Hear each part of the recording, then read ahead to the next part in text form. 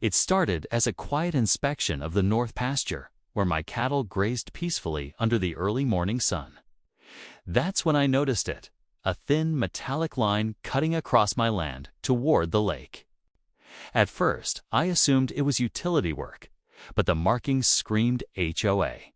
Further investigation confirmed my suspicion. Loretta and her board had illegally run a pipeline across my ranch to steal water without rights. They thought they could steal water from my property for their own benefit, thinking I wouldn't notice or act. I drove along the crude pipeline, inspecting every connection, valve, and access point on my ranch. The sheer audacity stunned me completely. Not only had they ignored property lines, but they had endangered the land's water supply, violated environmental regulations, and assumed I would let it slide quietly. I smiled quietly to myself. They had made one critical error. They had misjudged the owner of the land, the understanding of water rights, and the severe consequences of overreach on private property grounds. Immediately, I contacted my attorney and initiated a strategic plan that I had long envisioned. Instead of simply removing the pipeline, I traced its source to a private well supplying multiple properties.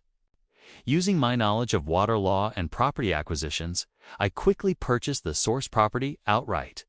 Suddenly, the HOA's pipeline had no legal outlet. Their water supply depended on a source I owned. Every valve they had tapped was on my land. Every single drop of water flowing through that line was mine. And I held full legal rights to regulate or shut it off completely at will without any interference. The moment the acquisition was finalized, I exercised total control. Valves were locked, connections secured, and water flow was redirected. Within hours, the HOA noticed a sudden drop in their pressure. They began scrambling to figure out why their pipeline had stopped functioning. Loretta's smug confidence evaporated as she realized she had been outmaneuvered. Their stolen water was now unavailable.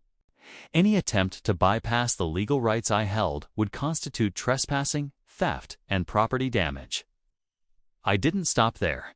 Documentation, warning signage, and security systems were added to the site. I sent a polite but firm notice to Loretta and the board, detailing the acquisition, outlining legal consequences of further tampering, and reminding them that restoring the line required my direct consent. Attempting to restore it without permission would result in severe civil and criminal liability. Their so-called HOA rights were completely nullified. Within days, the entire organization was paralyzed. Water-dependent landscaping, fountains, and facilities dried up, forcing emergency meetings and frantic negotiations. Residents asked questions, neighbors spread rumors, and Loretta's credibility evaporated. Their plan to exploit my land had backfired spectacularly, turning into a public humiliation and a clear demonstration of my legal knowledge. By the end of the week, peaceful quiet returned to my ranch. The pipeline remained under my control. Water flowed where I allowed it. And the HOA learned that trespassing and theft could be turned against perpetrators, with the right strategy and legal preparation. Every time I pass the north pasture now, I smile. Loretta's pipeline may have crossed my land, but it runs under my authority, proving foresight and patience can dry out even the boldest overreach attempts.